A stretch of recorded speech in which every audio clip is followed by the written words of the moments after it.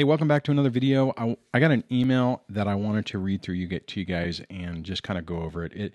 It comes from a person who's a target of a narcissist and who also is dealing with their son who has married to one. So let me jump into this.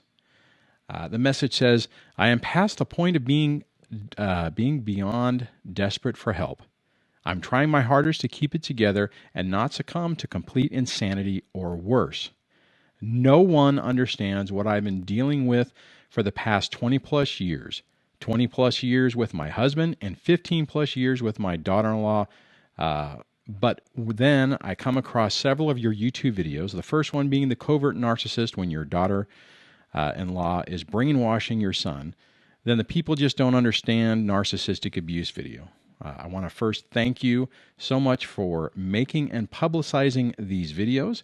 You have no idea how much these videos, as well as others I've seen of yours, have helped me feel normal and have helped me feel that I'm absolutely not alone in this seemingly never-ending nightmare." Yeah, I can definitely relate to that. "I wish there were more people out there who understood." Yeah, I hear you on that one. Unless someone has been through it, it is completely impossible to understand, completely impossible to get it. And unfortunately, that is a reality. Explaining what I've been through, explaining what I go through, and what I have to deal with day in and day out sounds crazy and unreal to others, which is the biggest problem whenever we're trying to talk to somebody about this, because they just don't get it. They don't have the frame of reference. And this is a good example of how it starts to make you look like you're crazy and you're insane. Anyway, she goes on to say, "I've never dreamed and never imagined that my life could be like this, that I would end up being married to such a crazy-making Jekyll and Hyde narcissist, and that my only child, my son, would end up marrying a full-blown female version of my husband, my son's stepdad.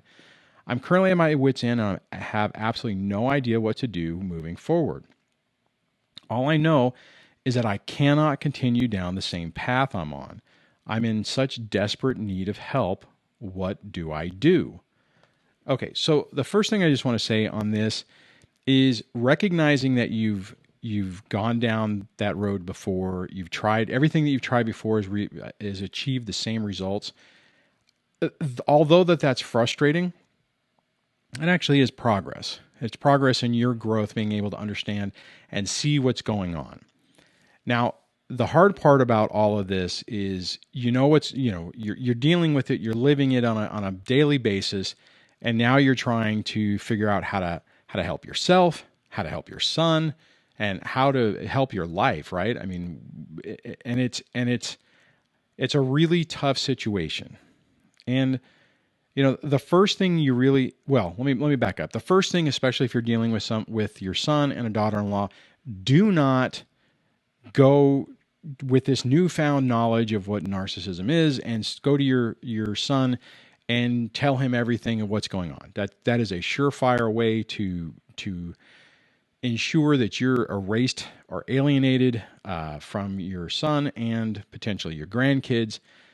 What you have to do is take a deep breath, take a step back, and get yourself as stable as possible. Now, in the situation you're talking about, if I'm reading this correctly, it sounds like you're saying that you are still married to this person in this narcissistic relationship. That's going to make it harder because you're going to be dealing with your situation and trying to deal with your son.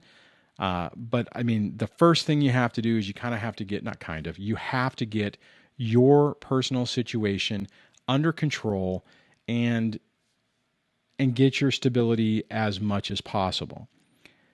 If you're with somebody like this, it makes it a lot harder to do it. You can still do it. You can figure this stuff out behind the scenes and start adapting, your actions and the way you're dealing with things in your own daily life.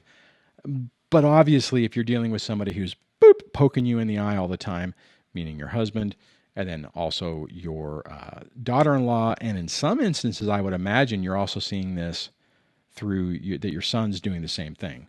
And so, first step, get yourself as stable as possible. If you cannot leave, or if you're stuck in the marriage, get yourself a therapist who understands trauma therapy, who can help you cope with it. I mean, they're not going to necessarily tell you what to do. That's one thing you have to remember, is that a therapist isn't necessarily a life coach. They're not going to, unless they are forced to mandatory report or do certain things. Their job is to help you figure things out. Finding a trauma therapist who understands deep-rooted trauma and family and trauma associated with emotional abuse through family members would be very helpful. The second part about that is making sure that you continue to have the best relationship you possibly can with your son. You want to keep those lines of communication open, and you want to make sure that you are not taking every opportunity to try to communicate with him on the nightmare he's living. And one thing I just want to say on this, and this is true for just about everybody, most of us, okay, let me paraphrase. Most of us, maybe not all, have lived in a situation where we grew up in these toxic environments. We grew up with this negative toxic behavior as our norm, right? What that means is, more than likely, I mean, you may see it today, but there was probably a period of time where you didn't see it. You made excuses for it. You wrote it off. You put it in a little box. You hid it under the bed, and you didn't even look at it. And that's really critical to remember, because if we have a hard time seeing what reality is, somebody who's currently living it is the same thing. And more than likely, most of us can look back and think of times where somebody probably tried to paint a picture for us to see the reality of what was going on, and we didn't want to see it. The reason I say that is because if you go through and you try to communicate with your son about how bad his wife is, it is going to blow up in your face. It is not going to work the way you want. And you may think that you can have a private conversation, but in his mind, in your son's mind, they are teamed up with their spouse, like you're supposed to be, and they will communicate everything that you say to them.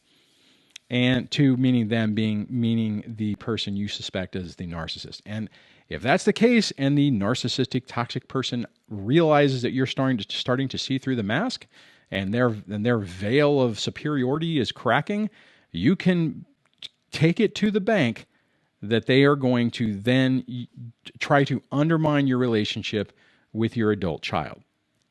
I don't know how many people, there's a lot of them, who have found my channel after they made that mistake.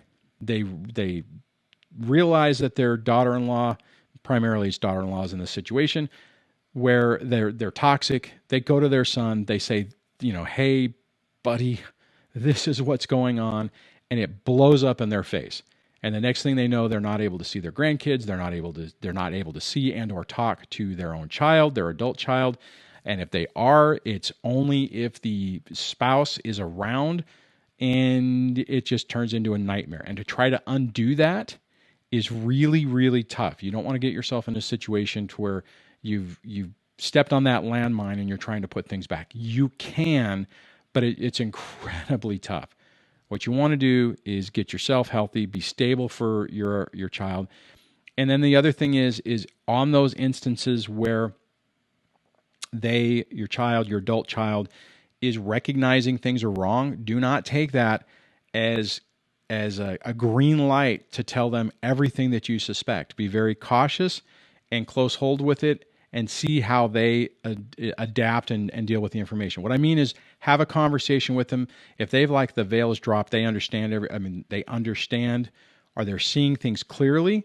You can empathize with them. You can ask more questions. Oh, what do you mean? Oh, I guess you're right. That really isn't a very, very healthy behavior. That type of thing. You don't want to say, oh my God, they're a narcissist. Watch this video right now.